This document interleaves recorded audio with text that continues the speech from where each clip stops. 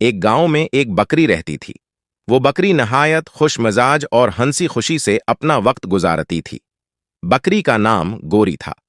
गोरी की सफेद खाल और लंबे सींग थे। वो दिन भर गांव के उर्द गर्द घूमती, सब्ज घास खाती और ठंडे पानी के चश्मे से पानी पीती। गोरी को गांव के बच्चे बहुत पसंद करते थे। बच्चे जब भी उसे देखते, खुश होकर उसके साथ खेलने लगते। गौरी भी बच्चों के साथ खेलने में मजा लेती थी।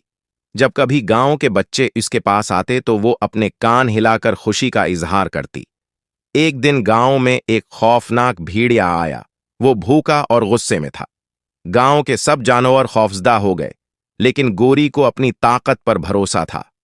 उसने फैसला किया कि वो गांव हो गई, कि जानवरों को बचाएगी। रात के वक्त जब भेड़िया गांव में आया, गोरी ने अपने तेज सींगों से उसका मुकाबला किया। भेड़िया गोरी के हमले से खौफजदा हो गया और गांव छोड़कर भाग गया। गांव के सब लोग और जानवर गोरी की बहादुरी की तारीफ करने लगे। इस दिन के बाद गोरी न सिर्फ गांव की महबूब बकरी बनी रही, बल्कि वो सबकी हीरो भी बन गई।